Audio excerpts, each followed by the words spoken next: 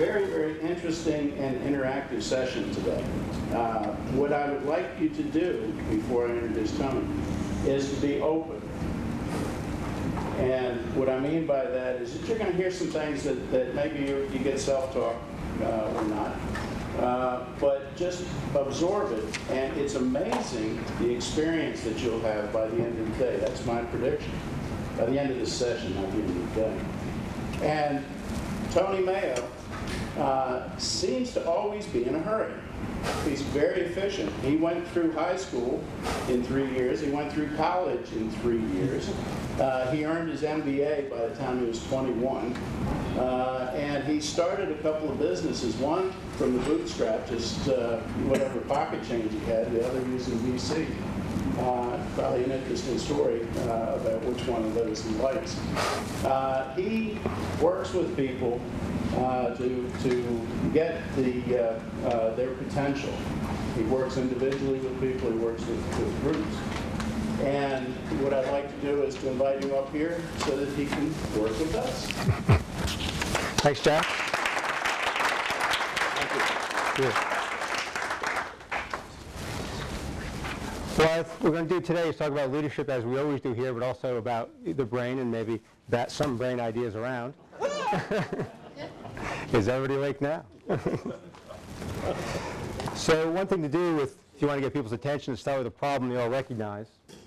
Something I hear a lot from my clients, who tend to be leaders, business owners, executives, is that they find their workers are distractible. They worry about internet usage and smoking breaks. They lack initiative. They just don't start things. They tell them exactly what to do. I had one client say to me that I said, how's that new hire going? He says, well, she does exactly what we tell her to do. We're going to have to get rid of her. We need people to figure out what to do and then go do it. Irresponsible. You know, it's not my job. Not stepping out and apologizing for things, saying what's their responsibility. Apathetic. You know, somehow just not caring. It's something you hear a lot about the 20 to 30-year-olds in the workforce. They just don't seem to care about the work the way I do. And then a sense of poor self-discipline, showing up on time, making the hard decisions. Is this just me, or do people hear these things about workers as opposed to business owners? Okay. Well, it's odd. This reminded me of something else I had read about. And that is, there are probably some trivia buffs here. Who remembers who got the, well, remembers, who learned who got the Nobel Prize in Medicine in 1949? I'll give you a hint. It was for a surgical procedure, which is kind of unusual. Yeah, so it became popularized, was done personally on thousands of patients by Dr. Freeman in the DC area. He was the greatest proponent of this procedure.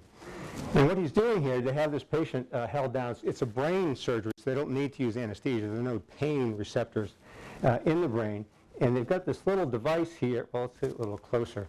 So they get this device, and they're going through this thin piece of bone right here. It's the quickest way to get to your brain. It's not through the thick skull here. There's a very thin part in the orbits of the eyes. And if you take the orbitoclast, that's the orbital part of the eye, it's just like this. The trick is, if you get it just in the right spot under the eyelid, because you don't want to leave a scar, and you hit it with a little hammer, it just slides right in. And then what they do, that's how they do it. And then just kind of windshield wiper it back and forth. And what it does is disconnect part of the brain. This is a post-mortem. People do survive this. And it takes the front part of the brain. So I'm looking this way now. This front part of the brain just gets disconnected from all the other parts of the brain. It stays alive because the brain is covered by blood vessels. So this part stays alive. It's just, dropped the signal from its, maybe it was an AT&T frontal brain. But the signal from this just drops off from the rest of the brain. And that has some very interesting impacts. This is called a prefrontal lobotomy. So this is a very frontal portion of your brain. And the symptoms of a prefrontal lobotomy are apathy, irresponsibility, distractibility, childishness, lack of tact or discipline, Wow, isn't this interesting? Incontinence, yeah, I haven't heard complaints of employees about that so far. But there's something going on here. It's the same list. Somehow, some way, some companies, not yours, some companies are lobotomizing their employees. Well, to understand how this happens, we're going to have to take a bit of a tour of the brain. So I want to teach you a little bit about the brain today. So to do that, I brought some visual aids that I hope will be helpful so you understand just how the brain works. I mean, I could demonstrate, with the orbital class on myself, but I'd like to keep my frontal cortex connected. So what I did is bring you a model. There we go. All right, so this is a human brain. Seems to be alive here. And as you can see, the front of this, it's Jell-O. Calm down. Maybe I should use slides. It'd be a little neater. Let's try it with slides.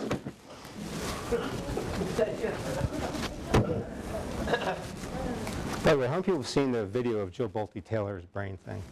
Yeah. Apparently that one's real. Okay, let's take a little tour of the brain. Now we're looking the other way.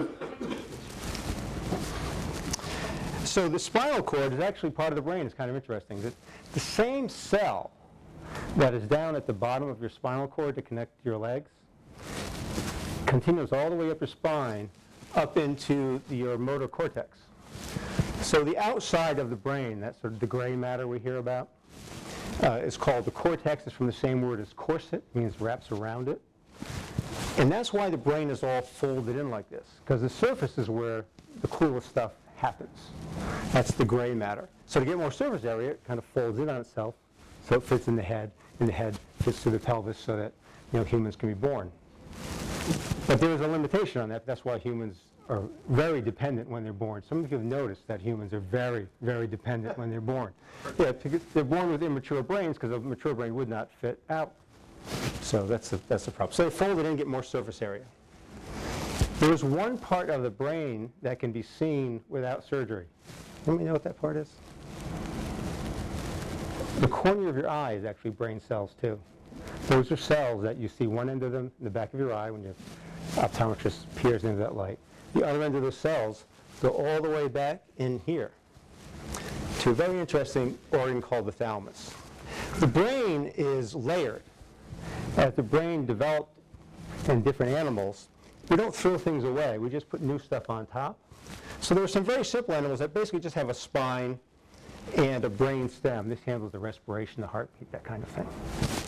And then we layer on other stuff. This is the cerebellum.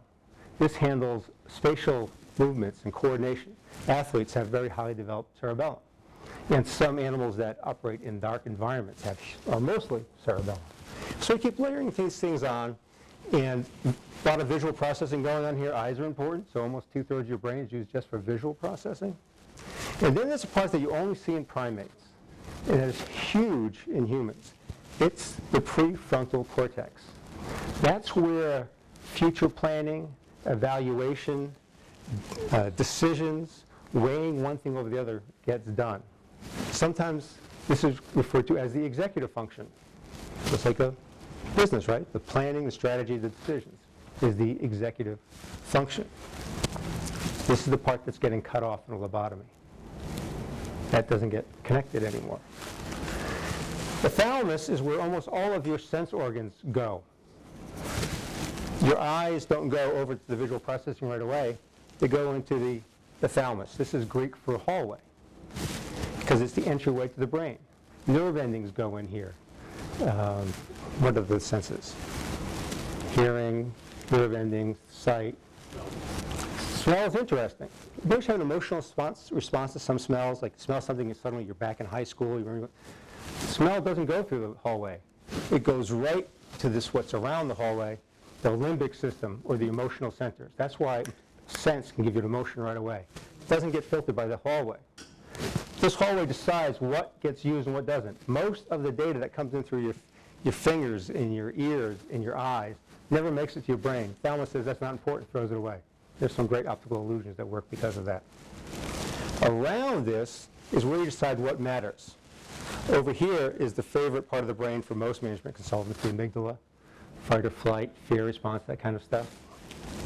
But this whole area is about emotions and memory. Interesting. Memory gets done right next to emotions. Okay, so why am I telling you this?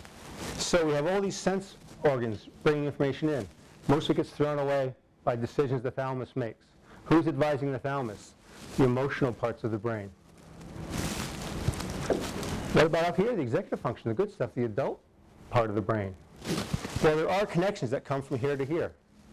Part of the immaturity of humans is these connections are fairly slight at birth. When do you think they start to get fairly strong? Planning, future orientation, responsibility versus emotional. Mid-20s. It develops into the mid-20s. My son's 26. Yeah. This is why 18-year-old men cause most of the problems in the world. Most of the ugly stuff, not the big problems, the little, the violence, that kind of thing. Because they just can't make those connections. And as your children age, they're making more and more connections from these cells to those cells, these cells to those cells. Then a lobotomy cuts that off. Stops the communication from this executive function into what filters our emotions. And apparently a lot of companies do that too.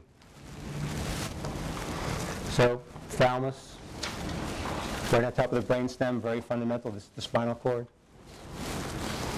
The amygdala, the whole limbic area where our emotions and memory come up. And then the forebrain.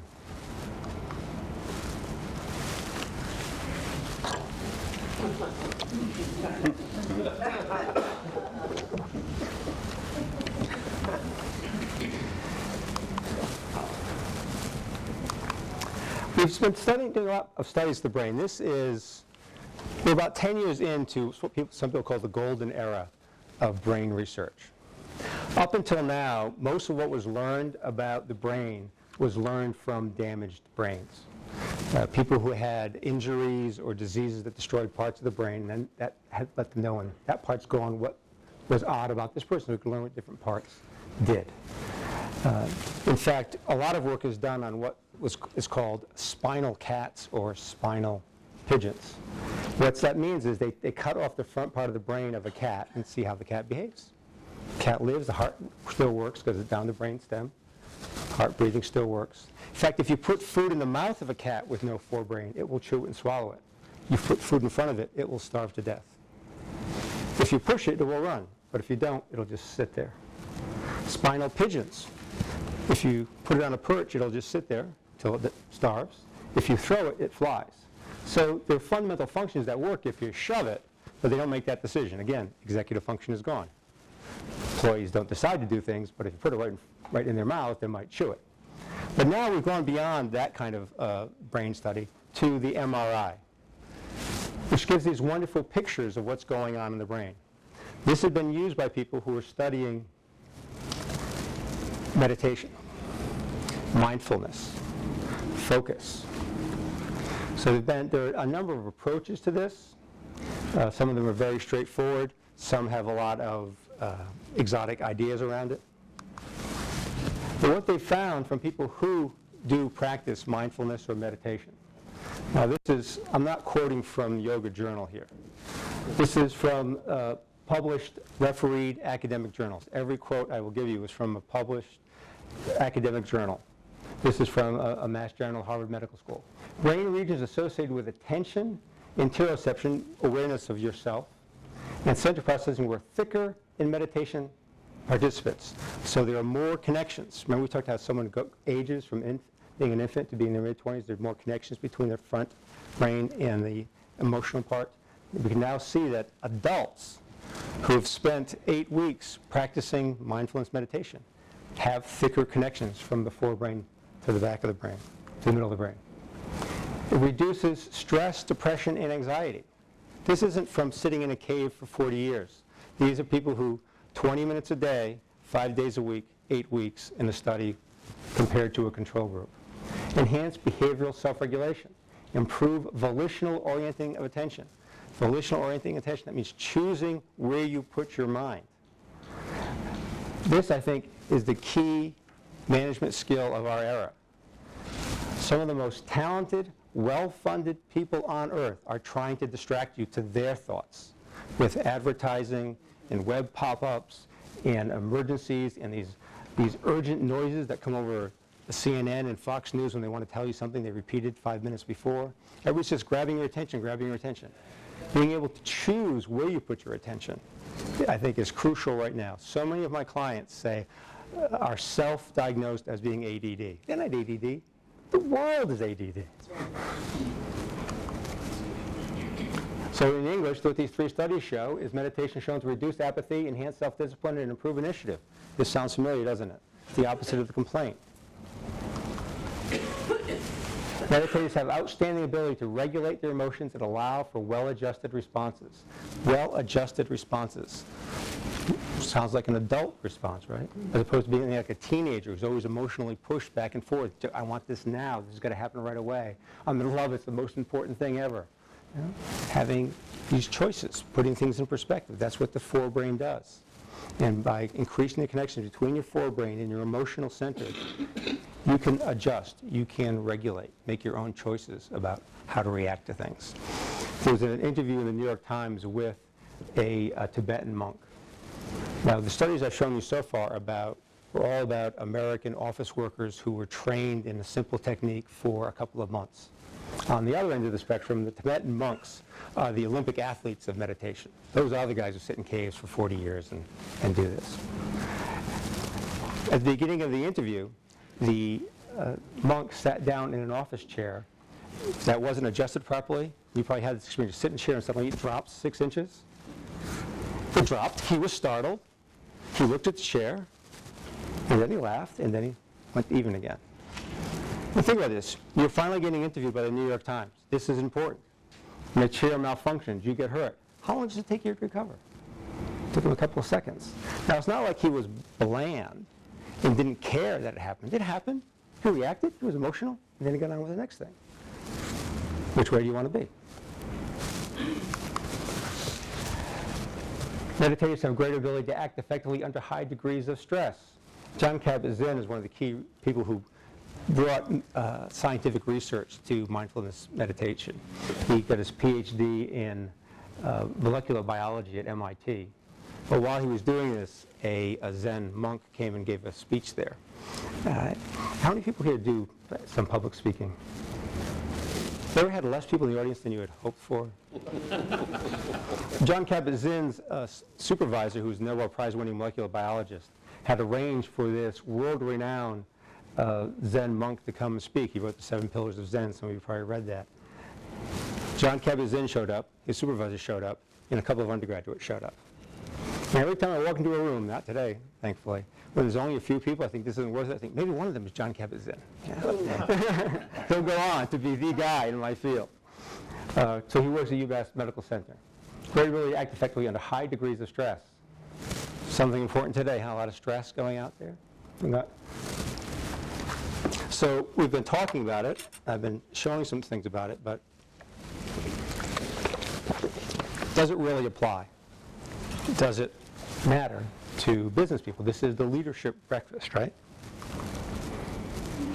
Well, Bill George was chairman and CEO of Medtronic during its high growth years, now professor at Harvard Business School.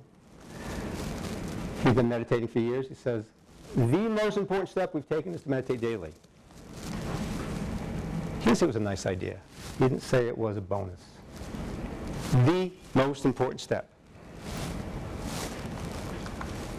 Ed McCracken, CEO of Silicon Graphics, again during its high growth years. Phenomenal intuition. You know, intuition is the things you know, but you don't know why you know them. The blink stuff. How do you enhance that? Ed McCracken says meditation. Jerry Levin, chairman and CEO of Time Warner. Again, the most important thing you can do. What's he done now that he's retired from Time Warner? He runs a spa that teaches mindfulness meditation techniques. He had a lot of options what he could do next. He chose that. Nobody recognize him? Does this help? Phil Jackson, more NBA championship rings than anybody. Unless you count Bill Russell. Bill Russell got 13 as a player. He got 2 as a player, 11 as a coach. Lifelong meditator.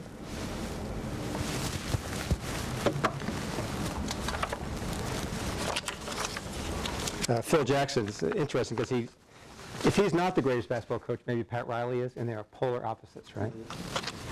Pat Riley won 2 championships in a row, and he said, we are going to repeat, we're going to do a three-peat, so egotistical that he trademarked the term three-peat, so he could use it the next year. Any basketball fans here? Has he gotten 3? Did he go 3 in a row with the Lakers? He didn't, did he? No, Phil Jackson went 3 in a row. First with the Bulls, and then he took over Riley's team and did 3 in a row with them. So maybe this stuff works. How about this last championship game? There's an article in ESPN magazine. Anyone who's ever seen a sports movie knows that getting mentally prepared for a monumental challenge like Game 7 means screaming, hooting, hollering, and generally getting oneself in a warlike, adrenalized mood. And that's exactly what the Laker coaching staff will not be doing the day of Game 7. That day, before the game, the team will assemble in comfortable chairs.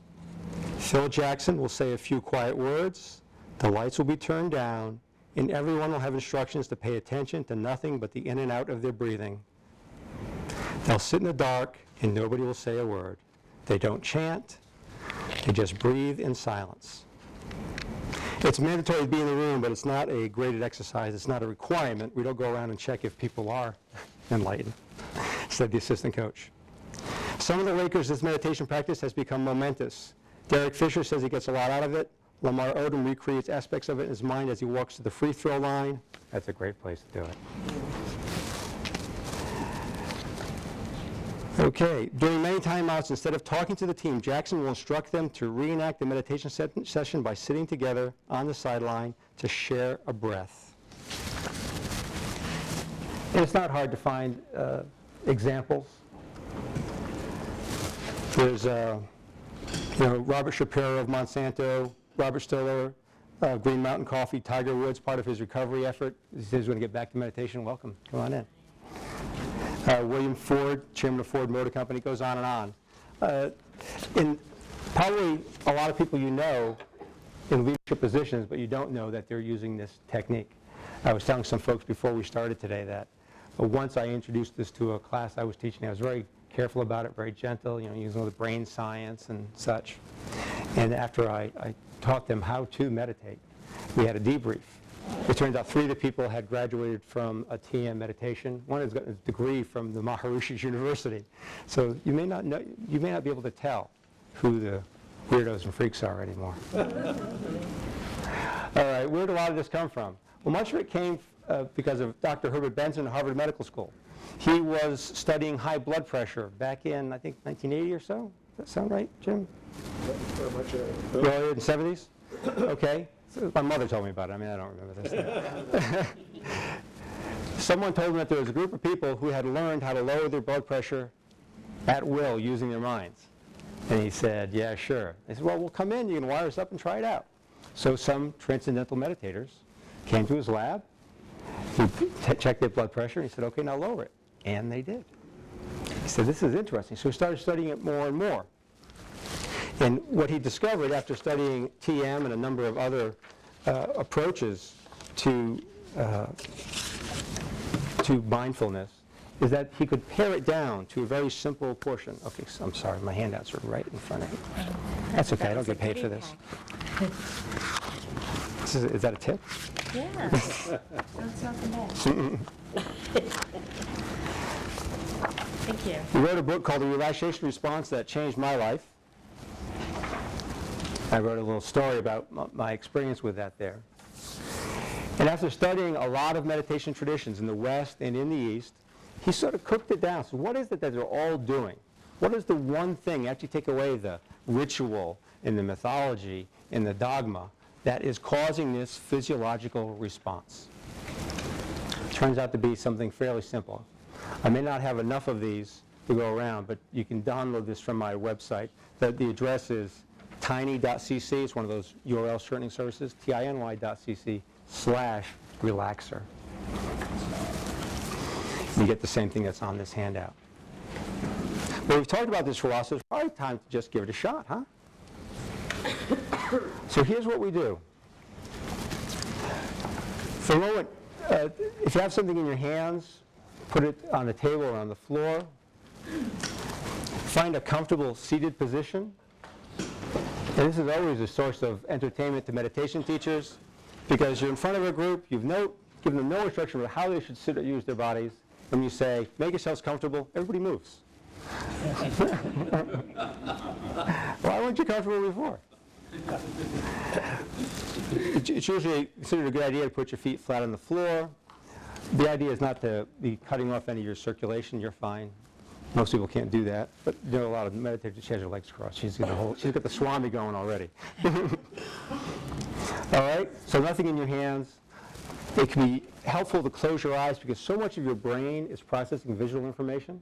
If you want to keep them open, that's fine. There's nothing magical about that. Just if you keep your eyes open, try not to dart around and get interested in things. Well, now that you're comfortable and you're not doing anything with your body, let's just start paying attention to those signals that are coming in to your brain from your nerve endings. What does your breath feel like?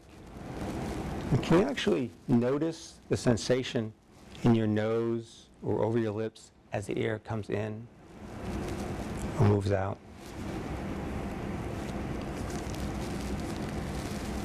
Can you perhaps mentally trace that air as it moves through your nostrils, down your windpipe? Your chest expands, contracts.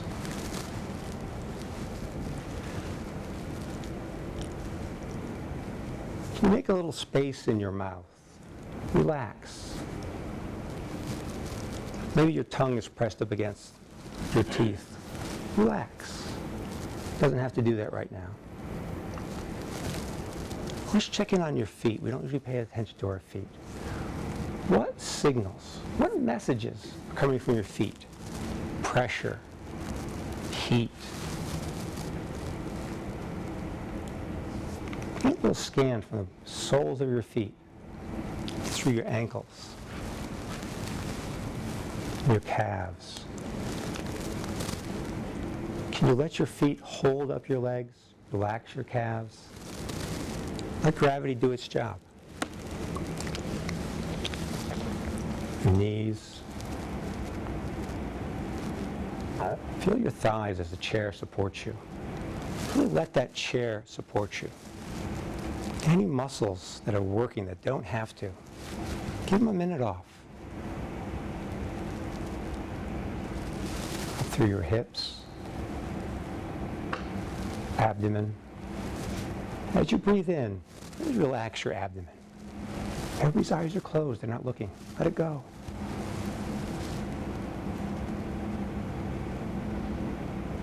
Into the chest that expands and contracts with each breath.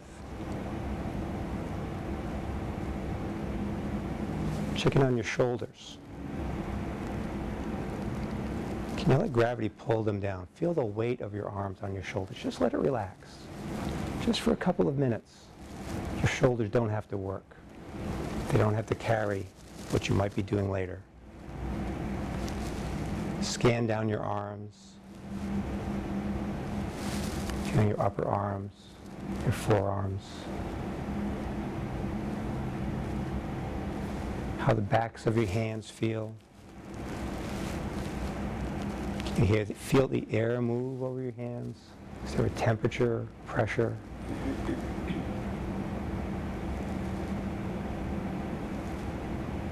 Track the breath as your abdomen pushes it up through your lungs, out through your nose.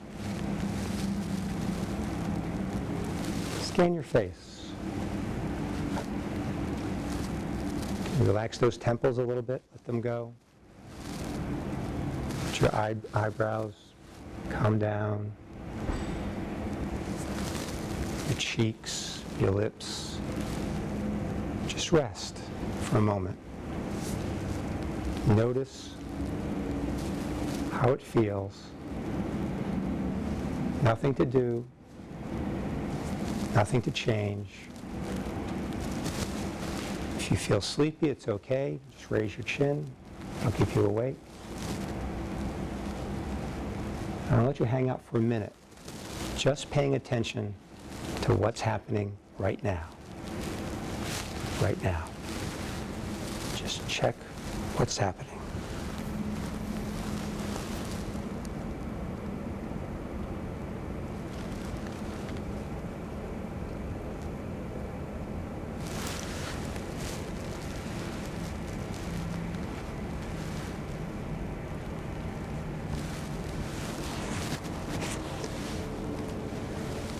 Thoughts will come up, that's okay. Just bring your attention back to the breath, to what you're feeling right now from your skin, your ears. Nothing to decide, nothing to fix, just a minute of paying attention now.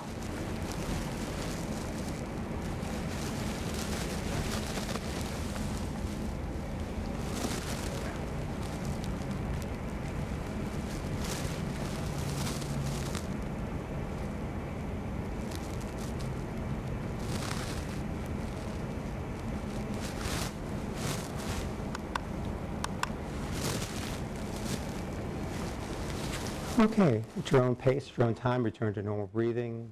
Gently open your eyes. Put your attention back in the room. Put your game face back on.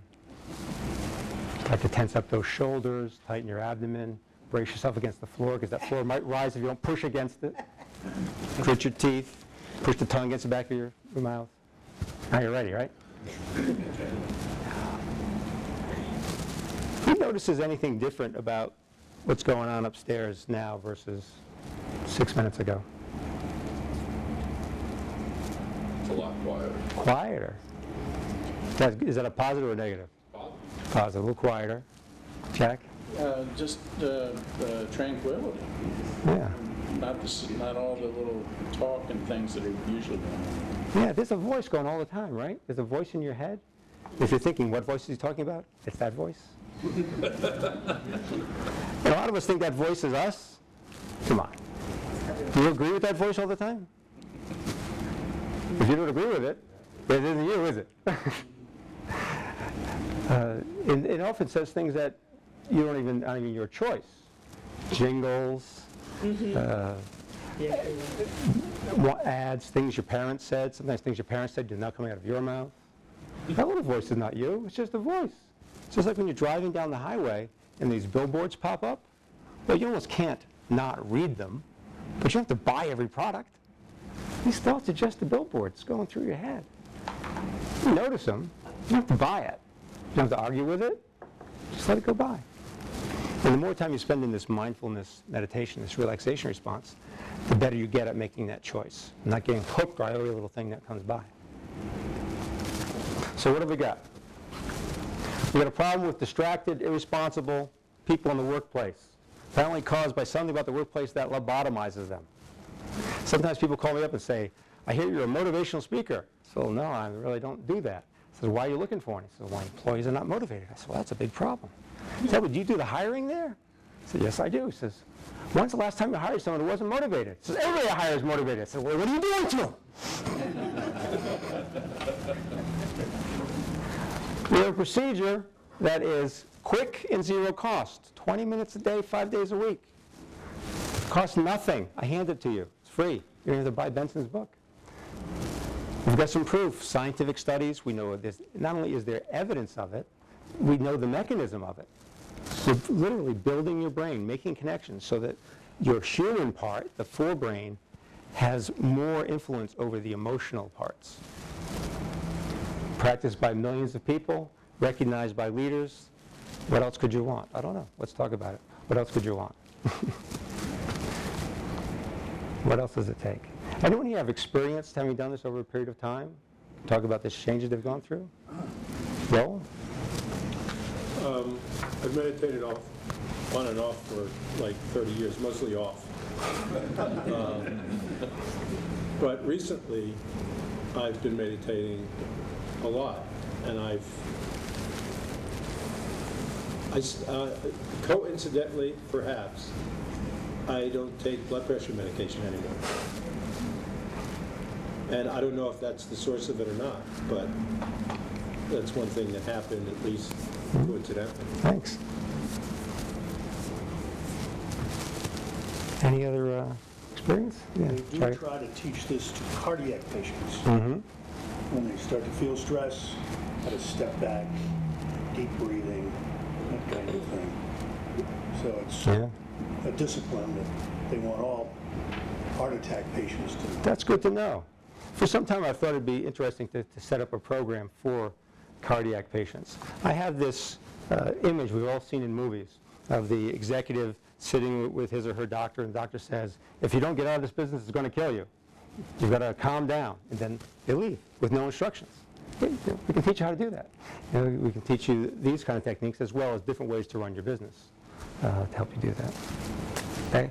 I've also been meditating for a while, and also familiar with Jon Kabat-Zinn, who talked about your thoughts being waves on the ocean. They come and they go. You refer to it as billboards. Right. And what I've learned over the years is that I watch them come up, and I let them go, and go back to the way I do meditate, and I take myself much less seriously. Really, I mean, I don't believe everything I think. So it's been very impactful. Thank you. Yes? One anecdote, my daughter went to a religious retreat over the weekend, and she meditated, which I didn't anticipate because it was a religious group that doesn't typically meditate. She came home and told me about it. I said, that's really cool. I just started meditating too. And I said, you should try to meditate at least once a week. That's really great for you. And she said, I don't have time for that. I don't have time. I said, 15 minutes once a week. I don't have time for that, Mom. I thought, what a shame this 11-year-old kid thinks she doesn't have time to meditate, even though she said she enjoyed it. Yep. So I think that's just kind of a sad commentary on what's going on with Yeah, kids. and one of the reasons we don't have time is distractibility, isn't it? This came up in one of the groups of executives that I coach. Someone sort of sheepishly brought up and said, "This happened to other people?" She says, "I go to my computer to do some specific piece of work, and 40 minutes later, I'm wondering, is Duran still together?"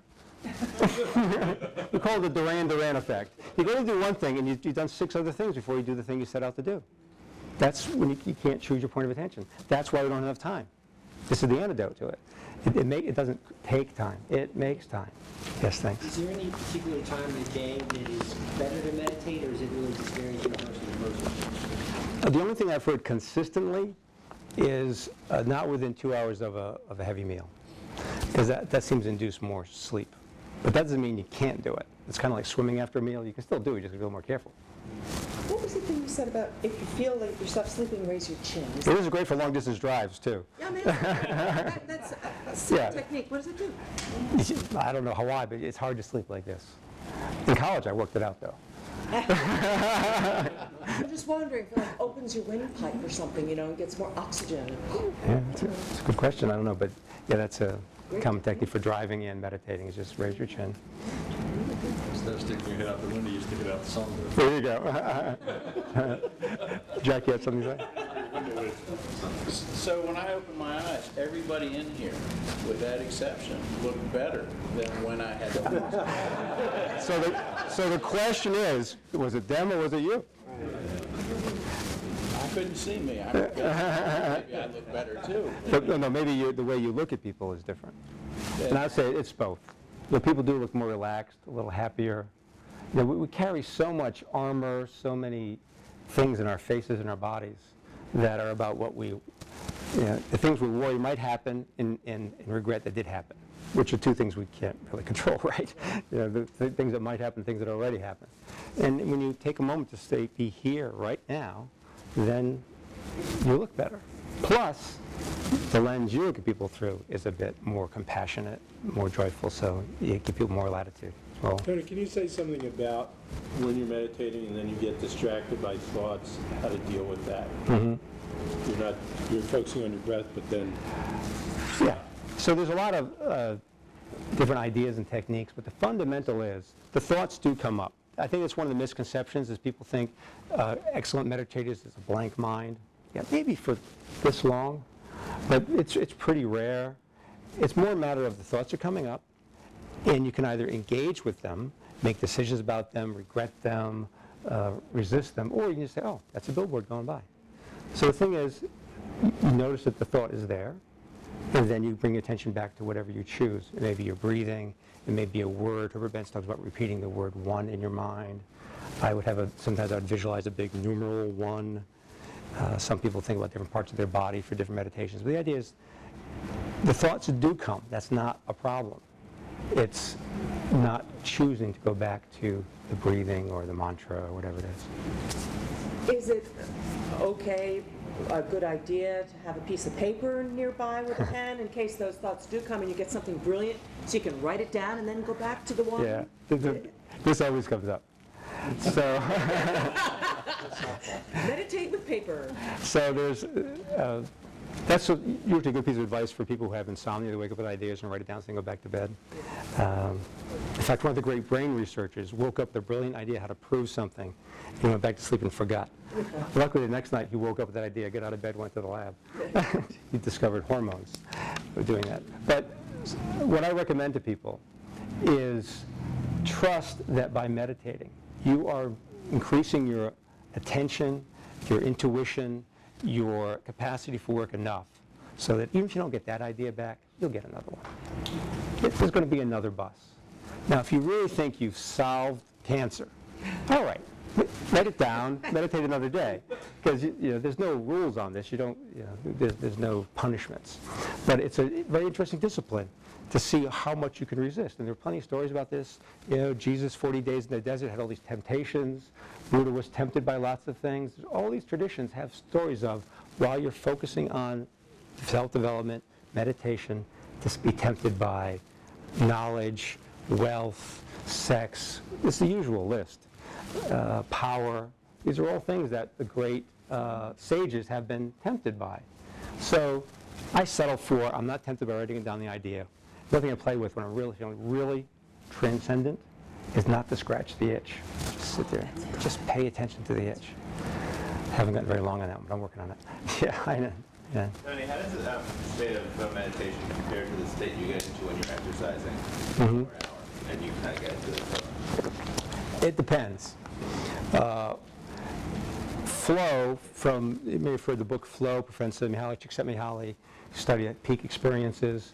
He has this whole category of peak experiences that are extending where your skill is just matched to the task, where you're not overstressed, but you're not taking it easy.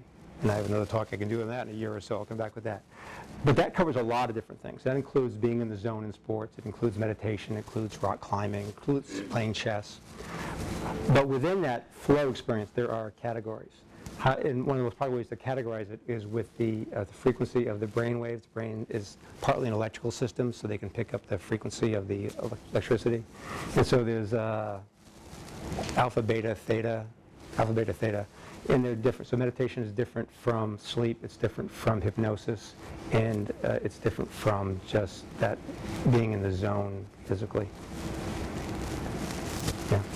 I think that the most important thing in meditation is the detachment of meaning. There's an expression, people say, well, I started meditating and then I was thinking and then I didn't realize I was thinking and like 10 minutes had gone by and I took this unbelievable excursion.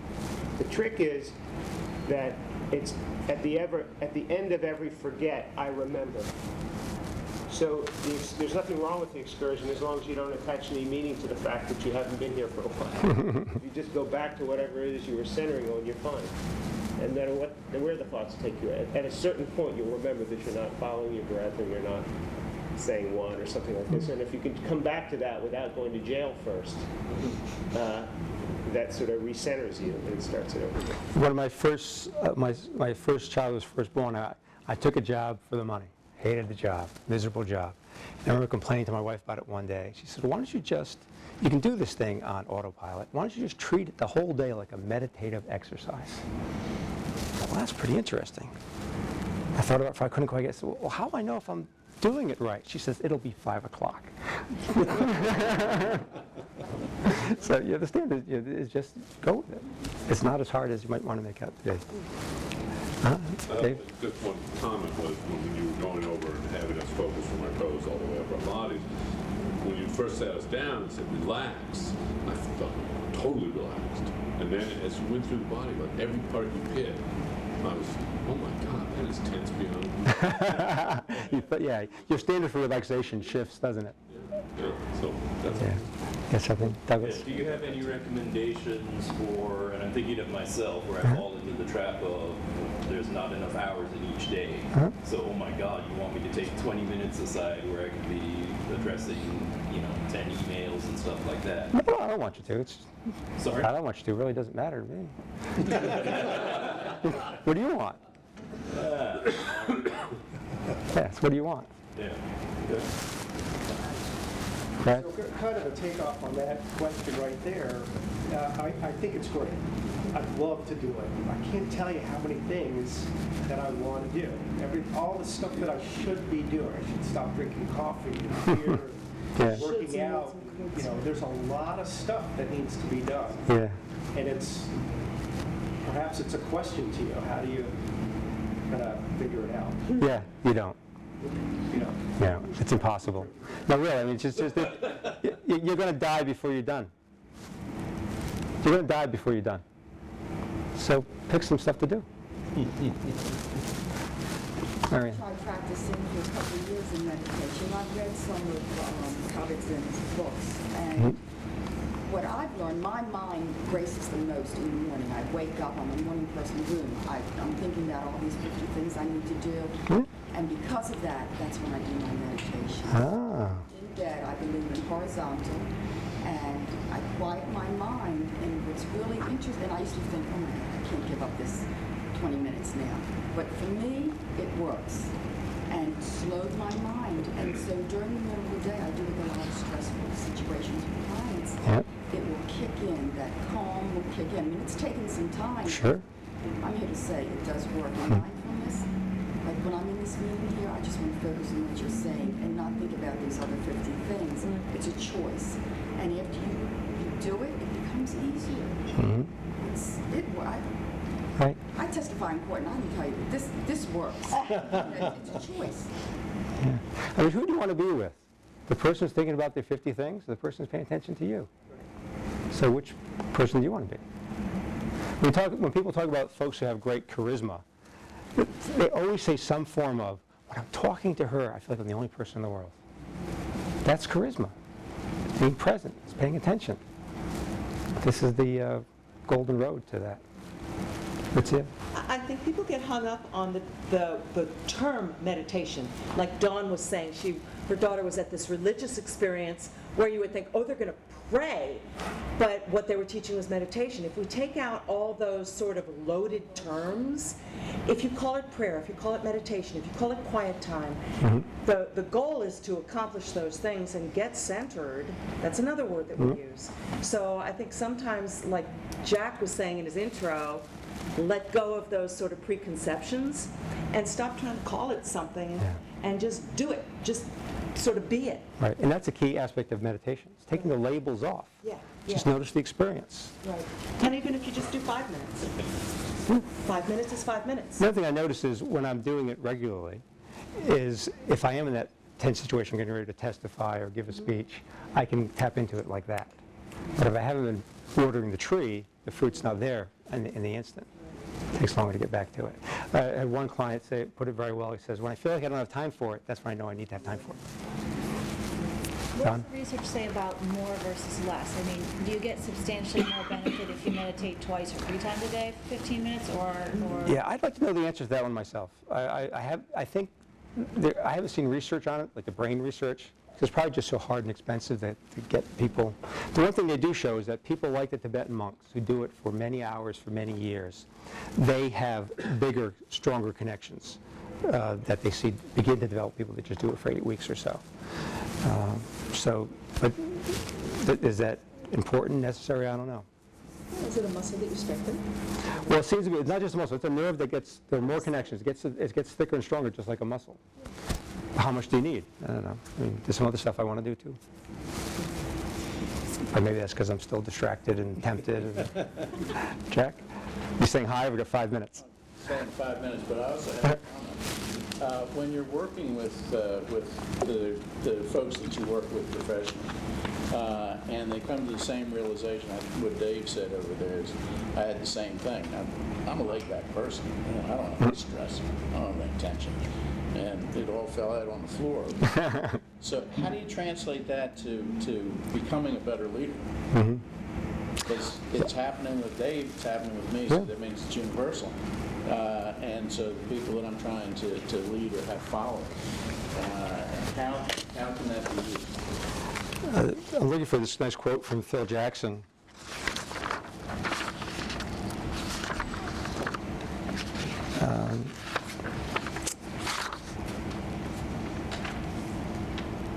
He says in his book, Sacred Hoops, "It's no accident that things are more likely to go your way when you stop worrying about whether you're going to win or lose and focus your attention on what's happening right this moment." I mean, he's time pressure, highly visible, leadership. I mean, he cannot put the ball through the hoop. All he can do is lead. And he thinks the best way to lead is to be present right now, really listening, paying attention. It seems to bring things out with people. So the charisma, being approachable, being calm, aren't these some of the things we want from a leader? Insight, not emotionally regulated, I mean, all the things I listed. Discipline, responsibility, these are all things that are shown over thousands of years, anecdotally, comes from meditation. And now, the last 20 years with brain research, we know why it's happening. It's because there's more connection between your executive center and your emotional center. It would only be Dr. Spock with no emotions. Some of you may have heard about a fellow who had that problem. His limbic system was destroyed by disease. How do you think he did? Before the disease, he tested well above average IQ. After the incident, he still had above average IQ. How does life go? Anybody? Some guesses? What happens if you have no emotions? I saw it in the House episode. It wasn't good. Yeah. In what ways was it not good? Like, he didn't have any ability to relate to others. Yes, hard to relate to others. Could not evaluate other people. So he was taken advantage of repeatedly. Your emotions are what tell you, who's trustworthy, who's not. But he couldn't make any decisions. We think decisions should be rational and simple.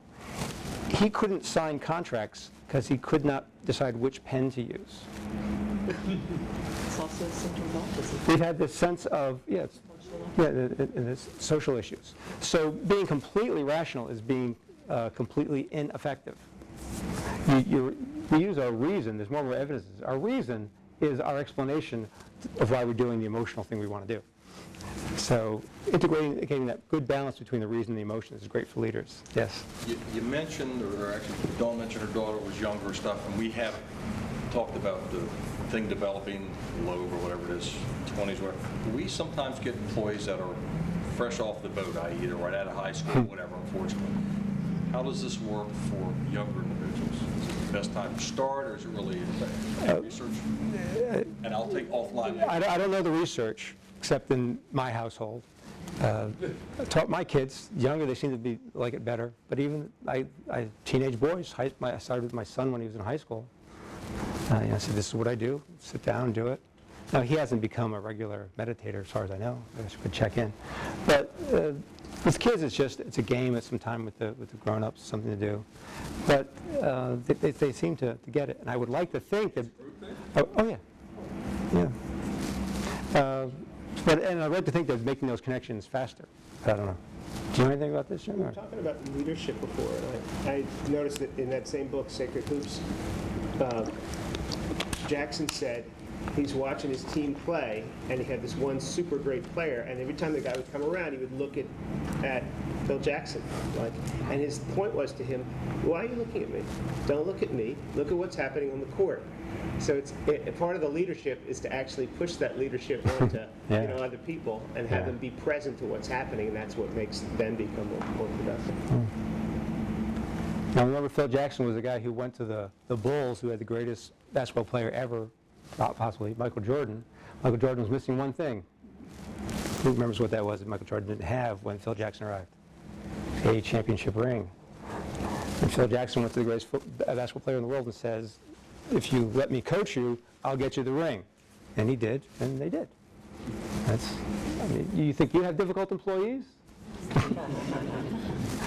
That a calm, centered approach won't work with these high-powered people? Or young people? He's in his 20s. Well, This model of meditating, having a thought, realizing you have the thought, and then go back to the thing you're working on, I try to use it, and sometimes successfully, just in everyday life, where I'm supposed to be doing something, I realize I'm off doing something else, rather than beat myself up about it, if I can just notice it and say, oh, back to this, then I'm less self-critical and it's easier to get back. Yeah, so that regret, worry, beating yourself up, oh, this is the way I always am, all that stuff is just your amygdala running away with you. Some people call it the amygdala hijack, and all these hormones come out, these stress hormones start going through your body, your heart beats faster, you start to sweat, you blush. What a waste of energy. Go back, that happened, okay, now what am I going to do? Now what am I going to do? Now what am I going to do? Bev. When I started, some of this stuff, especially things that come from Eastern religions and Eastern energy modalities and things, are very different from what we're used to here. But I just trusted the process. Just, you sit there and you think, what good is this doing? I mean, come on, blah, blah, blah.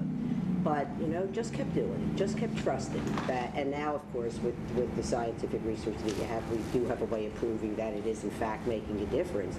But I think if you just trust it and just do it, maybe start with 5 minutes and then increase to 10 minutes or something like that, and just kind of see what happens. I was the most Western, linear, Ayn Rand, objectivist, I'll do it myself, John Wayne, executive, I hope you encounter. But things were not working out. And I came across Benson's book, and it made whole rest of my life possible. So that's what I hope you can try too. I didn't get the last word, Ritzia. Okay, thank you. It's interesting because I do a lot of performing and a lot of presenting, and obviously I coach that. And every time I get up, my heart pounds, my pulse races like crazy, my knees shake, I start sweating profusely, and people have no idea on the exterior. And every time before I'm performing or presenting, I take that time and I just breathe. And people want to talk to me, and I go, excuse me, but I need to focus on what I'm going to be doing. And I just get really quiet, and people think, that's not Ritzia. Ritzia is all high energy and all this. But I do. I take that time before I'm going to sing or before I'm going to present and just get quiet. And I didn't even think about it being meditating until just now. As I'm going through my mind, I'm going, I do. I breathe. I sort of shut everything else out. And then I let the adrenaline take me to the level of performance that I want, but I don't let it stop me. And I think part of it is because I use that process, and I didn't even know I was using it. And it's always available. So much of our culture is about distraction. We've replaced joy with excitement. People are so out of touch with the joy that it's just noise and flashing lights and distraction. And so people want to distract you from things. You remember, I could tell you one more story. I made you uncomfortable with my brain surgery. I'll go a different direction. I recently had a colonoscopy without... Thanks for sharing. And I'm so interested in being present in my life, I did it without medication, which freaked out all the staff. The doctor was fine. He'd done it before. Of course, he was on the good end of the process. So,